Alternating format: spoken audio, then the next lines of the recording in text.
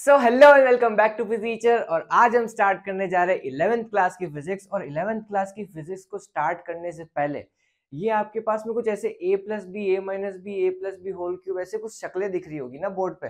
तो ये बोर्ड पे जो शक्लें है वो हमने 8th क्लास में 9th क्लास में 10th क्लास में सब क्लास में पढ़ी हुई है और ये तो हमने मैथ्स में पढ़ी थी, है ना। तो अब फिजिक्स स्टार्ट करने से पहले 11th क्लास की हमें ये चीजें पढ़नी पड़ेगी या फिर ये चीजें है क्या, पहली बात तो, है ना। ये चीजें मेरे पास में आती है बेसिक मैथमेटिक्स में। अब हम फिजिक्स पढ़ेंगे, हमारे पास में अलग अलग फॉर्मूलाज आएंगे, हमारे पास में अलग अलग टॉपिक्स के फॉर्मूलाज आएंगे, अलग अलग चीजें जब हम पढ़ेंगे उनके फॉर्मूला निकालेंगे तो उनमें अलग अलग इक्वेशंस भी आएगी ना। तो वो इक्वेशंस हम सॉल्व कैसे करेंगे, अगर आगे कुछ कॉम्प्लेक्सिटीज आ गई सॉल्व करने में तो हम उन इक्वेशन को सॉल्व कैसे करेंगे। तो हमें उनकी मैथमेटिक्स तो पता होनी चाहिए ना ताकि हम उसे सॉल्व कर सके, है ना। तो इस वजह से हम पहले 11th क्लास की फिजिक्स स्टार्ट करने से पहले हम पढ़ते हैं बेसिक मैथमेटिक्स, ताकि हमें थोड़ी बहुत आइडेंटिटीज या फिर थोड़े बहुत रूल्स पता हो मैथ्स के बारे में, ताकि हम आगे आने वाली इक्वेशंस को अच्छी तरीके से आसानी से सॉल्व कर सके, है ना। तो हम चैप्टर 0 से स्टार्ट करते हैं इस फिजिक्स को, क्लास 11 की फिजिक्स को, जिसका नाम है हमारे पास में बेसिक मैथमेटिक्स। चैप्टर का टॉपिक डाल दो, हम क्लास 11 की फिजिक्स स्टार्ट करने वाले हैं, है ना। इस चैप्टर को चैप्टर 0 नाम देते हैं, है ना, क्योंकि फिजिक्स स्टार्ट करने से पहले हम सबसे पहले इसी को पढ़ते हैं क्योंकि ये बहुत ही इंपॉर्टेंट है ना। अब क्लास 11th में आपके पास में इन टोटल अप्रोक्सीमेटली 15 चैप्टर्स है। पार्ट 1 में हमारे पास में 8 चैप्टर्स है, बाकी पार्ट 2 में हमारे पास में 7 चैप्टर्स है। तो इस इन सारे चैप्टर्स में अलग अलग तरीके के बहुत सारे फॉर्मूलाज आएंगे, है ना। और उनको अगर सॉल्व करें, क्वेश्चन में अलग अलग टाइप की इक्वेशन आ गई तो हम कैसे सॉल्व करेंगे उसको, है ना। तो इस वजह से हम पहले बेसिक मैथमेटिक्स पढ़ते हैं। हम बेसिक मैथमेटिक्स पढ़ेंगे, हम पहले अलजेब्रिक आइडेंटिटीज पढ़ेंगे जो आपके सामने यहाँ पे दिख रही है, फिर हम पढ़ेंगे ट्रिग्नोमेट्री और ट्रिग्नोमेट्रिक आइडेंटिटीज, है ना, फिर हम पढ़ेंगे लॉगरिथम, फिर हम पढ़ेंगे कैलकुलस जिसमें आएगा डिफरेंशिएशन और इंटीग्रेशन, है ना। ये बहुत सिंपल सिंपल चीजें हमारे पास में, इतना कॉम्प्लेक्स हम नहीं जाएंगे जैसे मैथ्स में जाते हैं, क्योंकि हमारे पास में खाली फॉर्मूला हमें समझने है कि फॉर्मूला अगर ऐसा आ गया तो हमें सॉल्व कैसे करना है ना। अब ये जो आपके पास में जो दिख रहा है ये आता है हमारे पास में अलजेब्रिक आइडेंटिटीज में। टॉपिक बनता है अलजेब्रिक आइडेंटिटीज, टॉपिक डाल लो और ऐसा का ऐसा नोट करना बाद में जब हम इन सारी चीजों को पढ़ लेंगे। अलजेब्रिक आइडेंटिटीज, अलजेब्रिक आइडेंटिटीज मतलब मेरे पास में बहुत सारे वेरिएबल आ गए ऐसी फॉर्म में, ऐसी शक्लों में, तो मैं उनको कैसे सॉल्व करूंगा, है ना। अगर मेरे पास में ए और बी की फॉर्म में ऐसा कुछ आ गया तो मैं उसको आगे कैसे सॉल्व करूंगा। ए माइनस बी की फॉर्म में आ गया, ए स्क्वायर माइनस बी स्क्वायर की फॉर्म में आ गया, तो मैं उनको कैसे सॉल्व करूंगा। तो इनके फिक्स आइडेंटिटीज के रूल्स होते हैं, फिर फिक्स आइडेंटिटीज के बहुत सारे ऐसे आंसर्स होते हैं। जब मैं 8th क्लास में था तब ये मुझे ये वाली और ये वाली इक्वेशन बिल्कुल याद ही नहीं होती थी। तो 11th क्लास में मेरी दीदी 11th क्लास में थी उस टाइम पे, या फिर उस समय 11th क्लास की बुक होती थी या फिर बुक थी मेरे घर में। तो मेरी दीदी ने उस बुक को निकाल के ये सारी इक्वेशंस बताई, इतनी सारी इक्वेशंस, और मुझे बोला कि ये इक्वेशन याद नहीं हो रही तो ये सारी इक्वेशन कैसे याद होगी, है ना। तो अब तो याद है ना। अब देखते हैं हम कि ये सारी इक्वेशन हमें कहती क्या है या फिर इन सारी इक्वेशंस के सोल्यूशन क्या है। A plus B whole square होता है मेरे पास में a square plus 2ab plus b square, है ना। इसका एक फिक्स सोल्यूशन है, मतलब a plus B whole square की फॉर्म में या फिर अपने पास में a plus B whole square की शक्ल में कुछ आ गया तो इसका सोल्यूशन आप ऐसे लिखोगे। आई बात समझ में। आगे ए माइनस बी होल स्क्वायर ऐसा सेम टू सेम है, बस 2ab में माइनस है। ठीक है, बहुत ही सिंपल है, सारे आइडेंटिटीज के रूल्स है जो हम डायरेक्ट लिख रहे हैं ना, और कुछ ज्यादा कुछ नहीं कर रहे हो। ए स्क्वायर माइनस बी स्क्वायर होगा ए प्लस बी और ए माइनस बी। ठीक है, ये होगा मेरे पास में a square minus b square. फिर आएगा मेरे पास में a cube plus b cube, ये होगा a cube plus b cube plus 3a square b plus 3a b square. ठीक है, ये मेरे पास में a cube plus b cube होता है, a minus b whole cube होता है a cube minus b cube minus 3a square b plus 3a b square. ठीक है, ये मेरे पास में a minus b whole cube होता है। अब आता है मेरे पास में a cube plus b cube, ये होता है a plus B a square minus a b plus b square. ठीक है, ये होता है मेरे पास में a cube plus b cube. A cube minus b cube होता है मेरे पास में a minus B a square plus a b plus b square. ये आपने 9th क्लास में भी पढ़ी होगी ये सारी identities. A plus b plus c whole square होता है a square plus b square plus c square plus 2ab plus 2bc plus 2ca। ठीक है, तो ये मेरे पास में स्पेसिफिक आइडेंटिटीज होती है। अगर आपको लिखना है या फिर अगर तो क्या लिखना ही पड़ेगा ये सारी आइडेंटिटीज, आगे कहीं पे साल में काम आई तो आप पेज पलट के देख सकते हो, है ना। तो ये अलजेब्रिक आइडेंटिटीज है मेरे पास में। इन सब के सोल्यूशन इस तरीके से होता है, इन सब का रिजल्ट ऐसा होता है ना। अगर आगे मेरे पास में इन शक्लों में कुछ आ गया तो मैं डायरेक्टली ऐसे लिख सकता हूँ, ज्यादा सॉल्व करने का नहीं रहेगा भाई, टाइम भी तो बचाना है ना। ठीक है, तो अलजेब्रिक आइडेंटिटीज ये होती है। पॉज करके या तो नोट कर लो या तो स्क्रीनशॉट लेके बाद में नोट जरूर करना, है ना। ये मेरे पास में अलजेब्रिक आइडेंटिटीज। अब हम चलते हैं थोड़ा सा और आगे, थोड़ा सा और आगे। अलजेब्रिक आइडेंटिटीज होगी या फिर अलजेब्रा हमने पढ़ लिया। अब हम पढ़ते हैं ट्रिग्नोमेट्री और ट्रिग्नोमेट्रिक आइडेंटिटीज। इस ये जो बेसिक मैथमेटिक्स है हम इसको 2 लेक्चर्स में कंप्लीट करेंगे। पहले लेक्चर में हमने अलजेब्रिक आइडेंटिटीज पढ़ा और हम पढ़ेंगे ट्रिग्नोमेट्री और ट्रिग्नोमेट्रिक आइडेंटिटीज। और अगले वाले लेक्चर में हम पढ़ेंगे लॉगरिथम और कैलकुलस, जिसमें आता है डिफरेंशिएशन और इंटीग्रेशन। ठीक है, चलो अब आता है हमारे पास में topic trigonometry and trigonometric identities.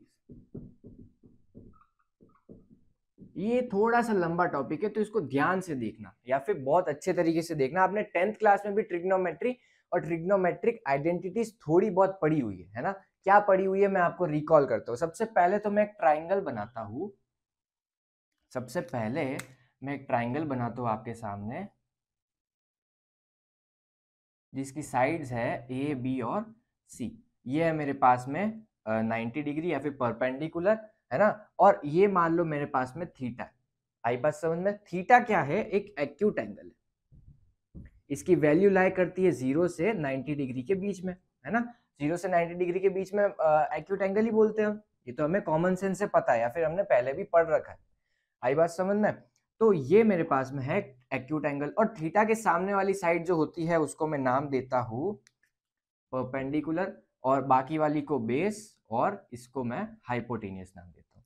ठीक है, ये मेरे पास में इस ट्राइंगल का नामकरण हुआ है। अब मेरे पास में ट्रिग्नोमेट्री के नाम पे कुल मिला के 6 रेशियोज है। देखो कौन कौन से।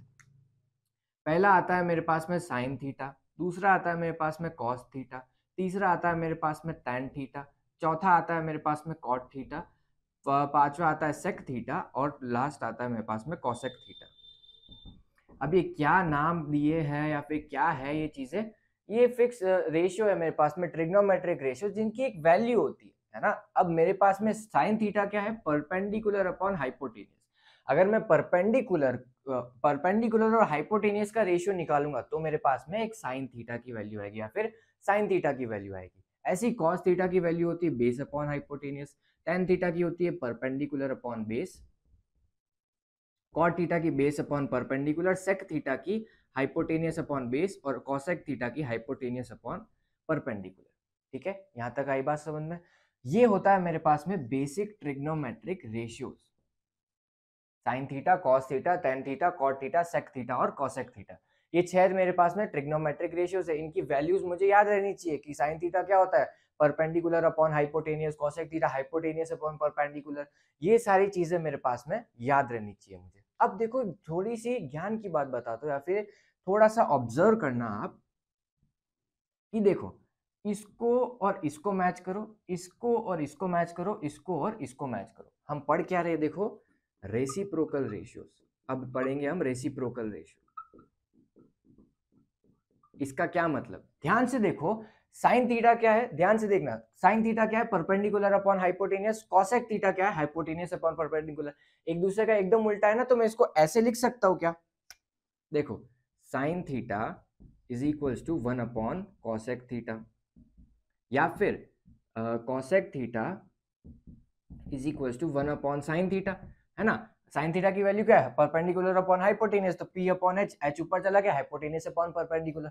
तो मैं इसको ऐसे भी लिख सकता हूं, है ना। ऐसे ही मेरे पास में cos थीटा आएगा या फिर sec थीटा आएगा 1 अपॉन cos थीटा, और cot थीटा क्या आएगा? 1 अपॉन tan थीटा। ये मेरे पास में बेसिक रेसिप्रोकल रेशियोज है, ये एक दूसरे के उल्टे होते हैं, ये कॉमन सेंस ही बात है मेरे पास में। आई बात समझ में यहाँ तक? तो अभी तक हमने ये सारी चीजें पढ़ी है किसके बारे में, ट्रिग्नोमेट्री के बारे में। अब हम थोड़ा सा और आगे जाते हैं, आपको थोड़ी सी और चीजें बताते हो ट्रिग्नोमेट्री के बारे में।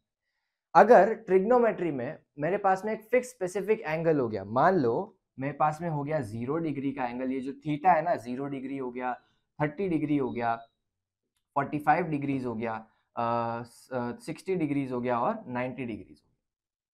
ठीक है, ये अगर किसी भी एंगल में हो गया, मेरे पास में इन सारे ट्रिग्नोमेट्रिक रेशियोज की वैल्यू फिक्स होती है, मुझे निकालने की जरूरत नहीं है। परपेंडिकुलर हाइपोटेन्यूज का रेशियो हमेशा फिक्स होगी। अगर साइन 0 आ गया तो उसकी एक फिक्स वैल्यू होगी, साइन 30 आ गया तो एक फिक्स वैल्यू होगी, साइन 45 आ गया तो एक फिक्स वैल्यू होगी, है ना। देखो कैसे, sine theta, cos theta, tan theta, cot theta, sec theta और कॉसेक थीटा। ठीक है, इनकी फिक्स वैल्यू जो है वो कुछ इस तरीके की होती है। साइन 0 की वैल्यू होती है 0, साइन 30 की होती है 1/2, साइन 45 की होती है 1/√2, साइन 60 की होती है √3/2 और साइन 90 की होती है 1। ठीक है, यहाँ तक आई बात समझ में। साइन थीटा कॉस थीटा की वैल्यू कैसे निकालेंगे, देखो साइन थीटा की जो वैल्यू निकाली है आपने उसको जस्ट उल्टा कर दो। 90 की जगह यहाँ पे उधर 1 है, इधर 1 आ गया, लास्ट में 1 है तो फर्स्ट में 1 आ गया, इधर लास्ट सेकंड में √3/2 है तो इधर सेकंड में 3/2 आ गया, ये बीच का बीच में ही रहा और ये चला गया इधर और वो आ गया इधर। ठीक है, बिल्कुल उल्टा कर दिया मैंने। आई बात समझ में यहाँ तक? तो ऐसे में कॉस की और साइन की इन फिक्स एंगल पे वैल्यूज निकाल रहा हूँ। और देखो टेन थीटा की वैल्यू कैसे आएगी। टेन थीटा की वैल्यू ऐसे आएगी कि देखो साइन थीटा क्या है, perpendicular upon hypotenuse, cos theta क्या है, बेस अपॉन हाइपोटेनियस, है ना। अगर मैं इन दोनों को डिवाइड करता हूं तो हाइपोटेनियस से hypotenuse cancel, perpendicular upon base क्या होता है, टेन थीटा, है ना। तो sign theta upon cos theta कितना आया, टेन थीटा, है ना। या फिर 1/10, 1/cot थीटा, या फिर अगर cot थीटा में करूं तो cos theta upon sine theta हो जाएगा, है ना। तो tan थीटा की वैल्यू क्या है, sign theta upon cos theta. तो अगर मुझे tan थीटा निकालना हुआ तो मैं इनका रेशियो निकाल दूंगा। आई बात समझ, बहुत सिंपल सा। साइन tan 0 की क्या होगी, 0/1 दैट इज 0, इसको डिवाइड करूंगा 1/√3, इसको डिवाइड करूंगा 1, इसको डिवाइड करूंगा √3 और इसको डिवाइड करूंगा तो 1/0 दैट इज इन्फिनिटी। और cot थीटा के लिए वापस से उल्टा कर दो, इन्फिनिटी आ गया फर्स्ट में, √3 आ गया इधर, ये 1 का 1 बीच में ही रहा, √3 1/√3 उधर गया और ये 0। ठीक है, आई बात समझ में। अब सेक थीटा कैसे निकाले, सेक थीटा मैं निकालूंगा इसकी हेल्प लेके। Sec theta is equal to 1/cos theta, cos theta की वैल्यू को 1 कर दो, है ना। सेक थीटा क्या है, 1/cos थीटा, तो 1/1 दैट इज 1, इसका होगा 2/√3, इसका होगा √2, उसका होगा 2 और उसका होगा इन्फिनिटी। ठीक है, और cosec थीटा के लिए वापस से उल्टा कर दो, एक बार निकाला वापस उल्टा कर दो, एक बार निकाला वापस उल्टा कर दो, ऐसा चल रहा है। ये आ गया इन्फिनिटी, 2√2, 2/√3 और 1। ठीक है, तो ये मेरे पास में cosec थीटा की, sec थीटा की, cot थीटा की, tan थीटा की, cos थीटा की और sin थीटा की अलग अलग एंगल्स पे एक फिक्स स्पेसिफिक वैल्यू आई। अगर आप बहुत सारे क्वेश्चंस करोगे तो आपके पास में आपको फिक्स आंसर मिल जाएगा, या फिर आप अच्छे तरीके से आंसर निकाल सकते हो। ठीक है, या फिर आप आंसर निकाल सकते हो, या फिर आपको आंसर थोड़े दिनों में याद हो जाएंगे। थोड़ी बहुत क्वेश्चन प्रैक्टिसिंग होगी तो आपको आराम से ये सारी चीजें याद हो जाएगी। वैसे तो 10th क्लास में से आए हो आप, तो आपको ये सारी चीजें याद होनी चाहिए, है ना। और अपन आगे चलेंगे तो थोड़ी और जो अपने 10th क्लास में नहीं पढ़ा है वो भी आएगा, है ना। तो ये तो थी मेरे पास में थीटा की फिक्स एंगल पे वैल्यूज, या फिर ट्रिग्नोमेट्रिक रेशियोज की फिक्स एंगल पे वैल्यू। अब हम थोड़ा सा और आगे चलते हैं, थोड़ी सी और कॉम्प्लेक्सिटीज बढ़ाते हैं। ये लिख लिया, ये लिखना जरूरी है, मैं साइड में हो जाता हूँ, आप या तो स्क्रीनशॉट ले लो उसके बाद में लिखना, या फिर अभी लिख लो पॉज करके। चलो ये तो हमने पढ़ लिया, अब हम थोड़ा सा और आगे जाते हैं। अब अगर मेरे पास में कुछ ऐसा आ गया नेगेटिव थीटा, इसका क्या मतलब है भैया, नेगेटिव थीटा मतलब अगर ट्रिग्नोमेट्रिक रेशियो में मेरे पास में थीटा की वैल्यू जो है वो नेगेटिव आ गई अंदर, कॉट थीटा, कॉसेक थीटा और कॉसेक थीटा।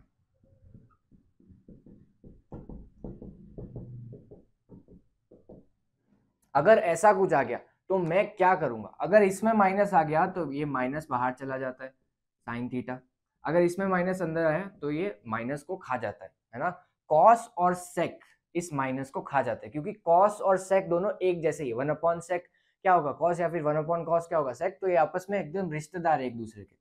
ये माइनस का हो गया, बाकी सारे में माइनस बाहर आएगा, खाली कॉस और सेक में बाहर नहीं जाएगा, प्लस हो जाएगा, ठीक है। और ये माइनस कॉस, यहाँ तक आई बात समझ में। तो ये मेरे पास में था ट्रिग्नोमेट्रिक रेशियो में, अगर मेरे पास में थीटा जो है वो नेगेटिव आ गया, इसका रीजन मैं आपको, हम थोड़ी देर बाद में एक नया टॉपिक पढ़ेंगे, उसके बाद में मैं बताऊंगा कि इसका रीजन क्यों है या फिर इसका क्या रीजन है, ठीक है। चलो, अब ये तो हमने पढ़ लिया कि अगर थीटा में या फिर थीटा जो है वो नेगेटिव हो गया। अब थीटा अलग अलग हो सकता है, थीटा मेरे पास में 90 डिग्री तक मैं वैल्यू निकाल सकता हूँ, अभी निकाली सारी चीजें। अब अगर थीटा 120 डिग्रीज हो गया, एक्यूट एंगल से थोड़ा सा बड़ा, थीटा अगर मेरे पास में 150 डिग्रीज हो गया, अगर थीटा मेरे पास में 180 डिग्रीज हो गया, अगर थीटा 270 डिग्रीज हो गया, तो मैं क्या वहां पे ऐसे सॉल्व करने बैठूंगा क्या कि कैसे करेंगे इसको सॉल्व, साइन 270 डिग्रीज की, साइन 120 की, कॉस 120 की वैल्यू मैंने निकालना थोड़ी सीखा है अभी तक, है ना। तो हम पहले उन वैल्यूज को निकालना सीखते, आराम से सीखते कि कैसे उन सबकी वैल्यूज निकालते। चलो, ये सारा आपको समझ में आना चाहिए, या फिर बहुत ही सिंपल सा था, इसमें तो कुछ लॉजिक लगाने की बात नहीं है, हमने 10th में भी पढ़ा है ये सारी चीजें, है ना। वो एक नया टॉपिक था जो हमने अभी तक 10th में नहीं पढ़ा है ना। ये सारी चीजें पढ़ी, अब हम चलते थोड़ा सा और आगे। थोड़ा सा और आगे गए तो हमारे पास में एक चीज आई जो कि है ये कार्टेशियन कोऑर्डिनेट्स। ये तो हमने पढ़े, ये प्लस वाई प्लस एक्स, ये माइनस एक्स, ये प्लस वाई और ये माइनस वाई, है ना। ये तो हमने पढ़ा हुआ है पहले भी, ना 9th में भी पढ़ा था, है ना। अब हुआ क्या कि अगर मेरे पास में कुछ देखो ध्यान से, थीटा क्या होता है, एक एक्यूट एंगल होता है ना।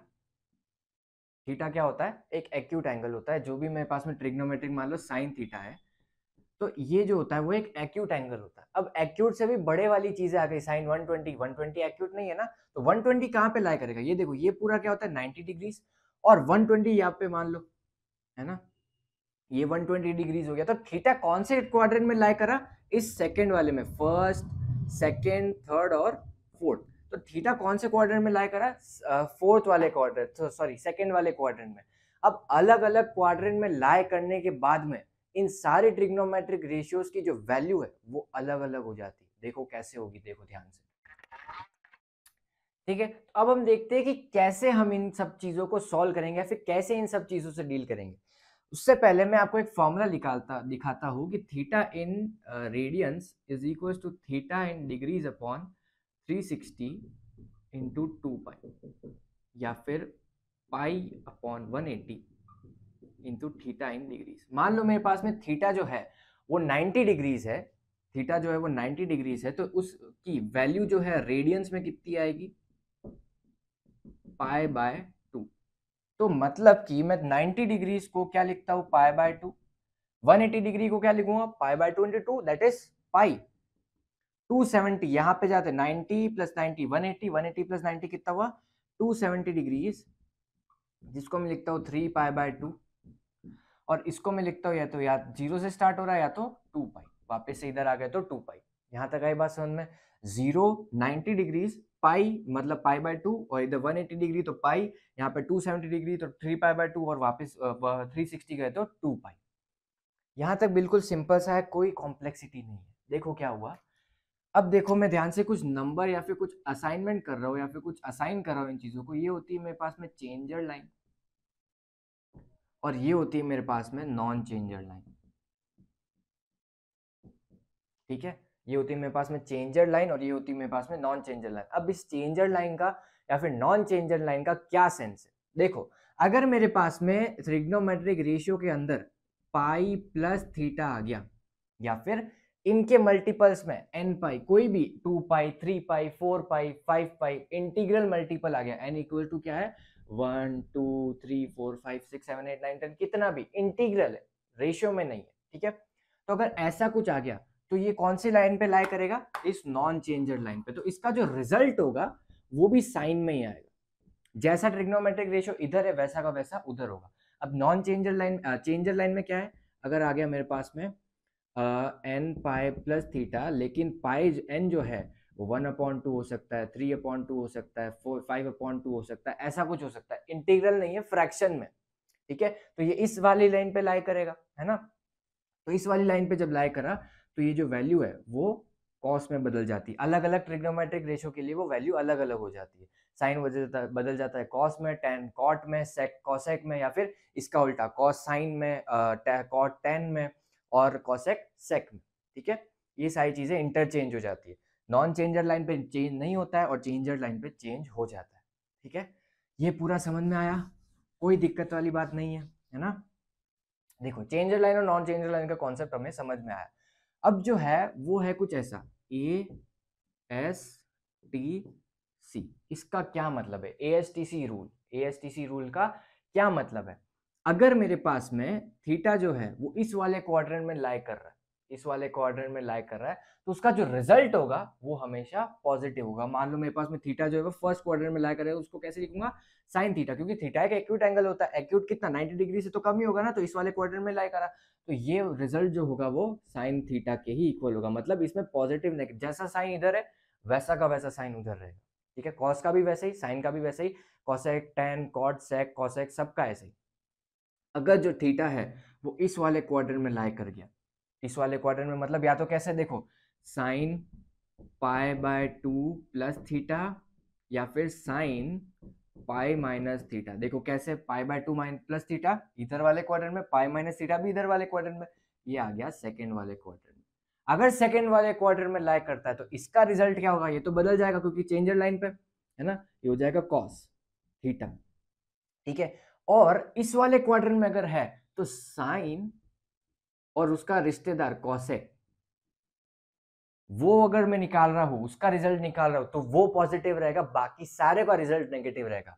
अगर मैं कॉस का निकालता ना, पाई बाय 2 प्लस थीटा और कॉस पाई माइनस थीटा, इसका क्या होता है साइन थीटा, लेकिन ये सेकेंड क्वाड्रेंट में लाया करें तो कॉस का होगा नेगेटिव रिजल्ट, ठीक है, ऐसा का ऐसा। और इसका क्या होगा, ये चेंजर नॉन चेंजर लाइन पे तो ये तो हो जाएगा कॉस थीटा, लेकिन माइनस का। आई बात समझ में। तो ऐसे में इन सब का रिजल्ट निकालता हूँ। ये चेंजर लाइन और नॉन चेंजर लाइन का कॉन्सेप्ट समझ में आया। ये जो सेकंड क्वाड्रेंट में लाकर, अगर थर्ड क्वाड्रेंट में होता तो टैन और कॉट के रिजल्ट पॉजिटिव रहते, बाकी सबके नेगेटिव।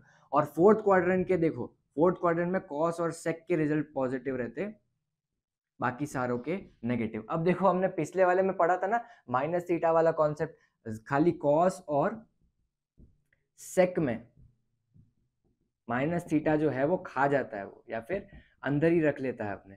इसका क्यों, इसका रीजन क्या था, क्योंकि माइनस थीटा किधर जाएगा इधर, और वो क्वाड्रेंट कौन से फोर्थ वाले में लाई करेगा ना, तो इधर कॉस और सेक के रिजल्ट पॉजिटिव ही होते हैं ना, तो माइनस थीटा अंदर खा गया और बाकी सब के नेगेटिव, इसलिए वो नेगेटिव रहता है, ठीक है। आई बात समझ में। इसको मैं ऐसे भी लिख सकता था 2 पाई माइनस थीटा, लेकिन माइनस थीटा भी एक तरीके का वही रिजल्ट देगा, है ना। तो इस वजह से मेरे पास में क्या कॉन्सेप्ट बने, ये सारे कॉन्सेप्ट बने, ठीक है। आई बात समझ में। तो अगर ये बहुत सारे ऐसे कॉम्प्लेक्स है, pi minus theta, pi plus theta, pi 2 pi plus theta, 2 pi minus theta, pi by 2 plus theta, pi by 2 minus theta, 3 pi by 2 plus theta, 3 pi by 2 minus theta, ये सारे स्पेसिफिक रिजल्ट्स मेरे पास में इस chart में दिख रहे होंगे आपको, है ना। अगर मान लो मुझे थीटा साइन 120 की वैल्यू निकालनी होती तो मैं कैसे निकालता, देखो साइन 120 की वैल्यू कैसे निकालता, मैंने तो नहीं पढ़ रखा कैसे निकालते, तो देखो कैसे निकालता। 120 को मैं सबसे पहले तो ब्रेक करता 180 माइनस थीटा, दैट इज ये कितना है, थीटा कितना है यहाँ पे 60 डिग्री, ठीक है। 120 प्लस 60 डिग्री कितना हो जाता है 120 डिग्री, 180 डिग्री, है ना। तो इसको मैं कैसे लिख सकता हूँ, साइन पाई माइनस 60 डिग्री, या फिर sine pi minus 60 degree, pi minus theta कितना, थीटा एक्यूट एंगल, देखो 60 डिग्री एक्यूट एंगल है, pi minus theta, pi minus theta, sine pi minus theta, कौन से क्वाड्रेंट में, इस सेकंड वाले क्वाड्रेंट में, तो इसका रिजल्ट तो पॉजिटिव रहेगा। साइन थीटा मतलब साइन 60 डिग्री, तो इसकी वैल्यू होती है √3/2, ठीक है। तो ऐसे में इसका रिजल्ट निकालता, हाई बात समझ में। साइन 120 की वैल्यू कैसे निकाली, ऐसे। और इस 60 डिग्रीज को भी मेरे को अगर रेडियन में कन्वर्ट करना होता तो कैसे लिखता, थीटा कितना है 60/360 इंटू 2 पाई, ये हुआ कैंसल, ये हुआ 6 टाइम्स, तो यह π/3। ठीक है, पाई माइनस π/3, तो साइन π/3 की वैल्यू कितनी होती है, √3/2। आई बात समझ में? तो ऐसे में इसका रिजल्ट निकालता हूँ ट्रिग्नोमेट्रिक रेशियो से, या फिर ऐसे ट्रिग्नोमेट्रिक का यूज करके। अब मैं आपको आइडेंटिटीज बताता हूँ कि आइडेंटिटीज अगर काम में आ गई मेरे, या फिर आइडेंटिटीज का क्या क्या रोल होता है, आइडेंटिटीज किस किस तरीके की होती है मेरे पास में ट्रिग्नोमेट्रिक। देखो, पिछले साल भी हमने कुछ कुछ आइडेंटिटीज तो पढ़ी थी, लेकिन इस साल मेरे पास में कुछ और अलग अलग तरीके की आइडेंटिटीज है। देखो भाई, किस किस तरीके की आइडेंटिटीज है मेरे पास में। पिछले साल कौन कौन सी थी? सबसे पहली आइडेंटिटी थी मेरे पास में, जो कि बहुत ही यूज आई थी मेरे, cos square theta plus sine square theta is equals to 1। ये बहुत ही इंपॉर्टेंट आइडेंटिटी आई थी मेरे पास में पिछले साल। फिर थी मेरे पास में 1 plus tan square theta is equals to sec square theta, और आई थी मेरे पास में 1 plus cot square theta is equals to cosec square theta, है ना। और एक और आई थी मेरे पास में, that is tan theta is equals to sec cos sine theta upon cos theta, और cot theta is equals to cos theta upon sine theta. ठीक है, ये कुछ आइडेंटिटीज थे मेरे पास में। अब मेरे पास में कुछ अलग तरीके की आइडेंटिटीज है। ये जो आइडेंटिटीज मैं आपको बताने वाला हूँ अभी, वो आपके 11th क्लास में इस साल मैथ्स में भी है। वो आप चैप्टर नंबर थर्ड या फिर फोर्थ नाम है उस चैप्टर, फोर्थ नंबर वो चैप्टर का, तो उस चैप्टर में भी आप उन आइडेंटिटीज को पढ़ोगे। तो पहले हम पढ़ लेते हैं एक बार, ताकि हमारे पास में थोड़ी बहुत चीजें याद रहे, या फिर थोड़ी बहुत चीजें आ जाए हमें, है ना। तो ये तो पिछले साल वाली आइडेंटिटीज थी, इनको हटाओ, ये तो हमें याद भी है ना। नई वाली जो आइडेंटिटीज है वो कुछ इस तरीके की है कि अगर साइन ए प्लस बी आ गया, कॉस ए प्लस बी आ गया, सॉरी साइन ए माइनस बी आ गया,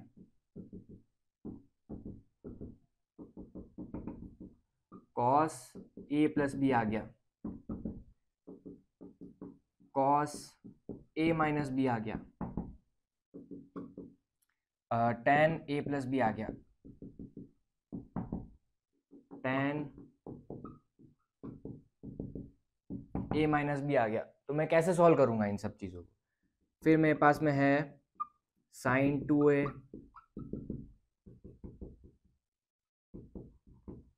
कॉस 2a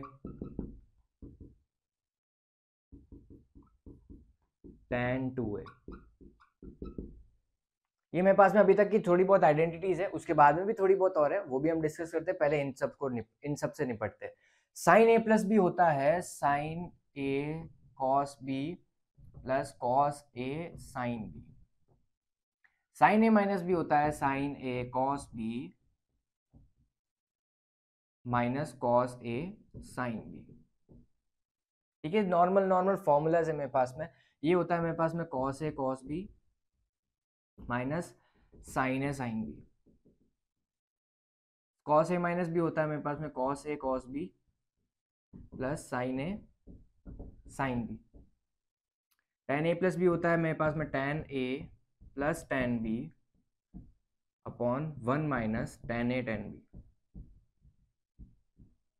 ठीक है, और tan ए माइनस बी होता है मेरे पास में tan A minus tan B upon 1 plus tan A tan B. Sine 2 होता है मेरे पास में 2 साइन ए कॉस ए,